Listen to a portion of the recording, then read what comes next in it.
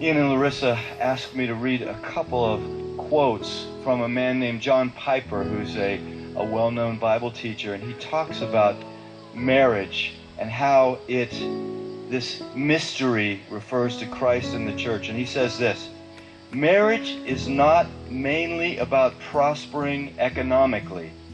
It is mainly about displaying the covenant-keeping love between Christ and his church. He says, knowing Christ is more important than making a living. Treasuring Christ is more important than bearing children. Either way, it is short. It may have many bright days, or it may be covered with clouds. But if we set our face to make of marriage mainly what God designed it to be, no sorrows and no calamities can stand in our way.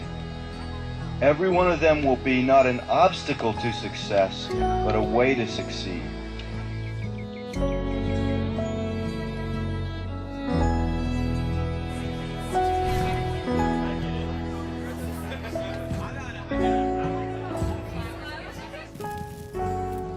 The beauty of the covenant-keeping love between Christ and his church shines brightest when nothing but Christ can sustain it.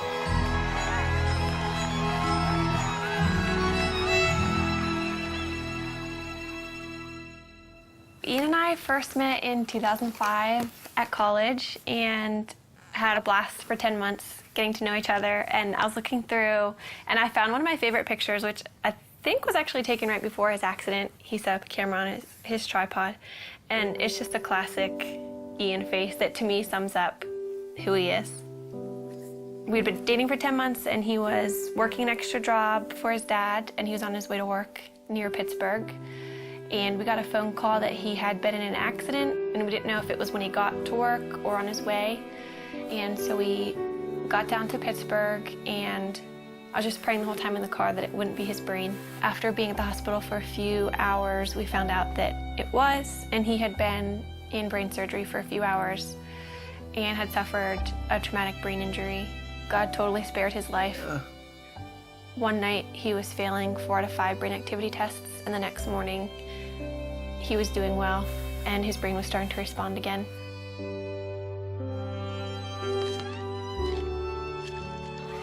I moved in with his family after the accident, so I was really involved in his therapy and just did whatever I could to make his life fun. We'd go out on dates, and looking back, it's weird because he couldn't talk and he couldn't eat. So we probably looked like complete weirdos being on dates, but we had a blast, and I just talked to him all the time. I knew that before Ian's accident, he was very serious about marriage and was ring shopping, so I knew where he was, and that helped me so much. After he couldn't talk, I knew that he loved me, and I knew where he wanted the relationship to go because we were dating very intentionally.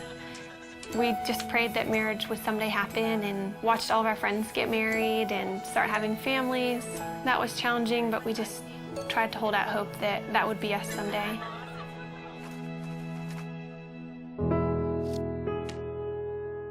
This is our board of gratefulness, and we encourage anybody who comes in to write a note of something that they're thankful for. It could be really small. Mine is just Saturday mornings, and it's just a good way that we found to be just practicing gratefulness. And Ian, I think half of yours say my wifey, which is pretty cool.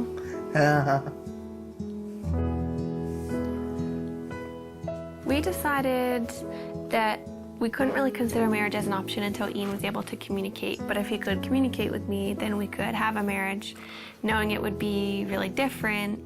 But as long as Ian could talk to me, then we could make it work. So once Ian began communicating, it became a little bit more of an option. And then we just kind of watched Ian progress. I want to be. How are you? Yeah. What? How are you? How was your day? Yes.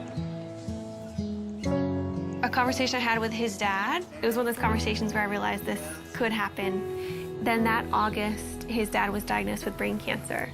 And at that point, his dad's biggest concern was Ian and I, and whether or not we were going to get married or step away from our relationship. He wanted us to make a decision to move our lives in some direction.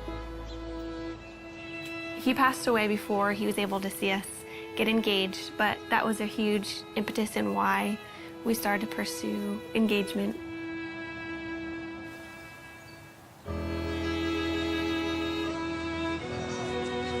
Throughout premarital counseling, we just used this momentary marriage. It was so helpful because John Piper talked a lot about primary things and secondary things, which is really important for us because when we're walking out our marriage practically, Ian can't do the secondary things like working or making a meal for me. Everything that's primary, though, he can do, which is leading me spiritually. Ian always comes back to the foundational truths of who God is and kind of reels me back in from my emotions, and that's the most important thing. We have two friends that we're going through the book with. I think we've just been able to help them see that maybe the little things that they're excited for about marriage are worth being excited about, but they're not the end all and be all of their marriage.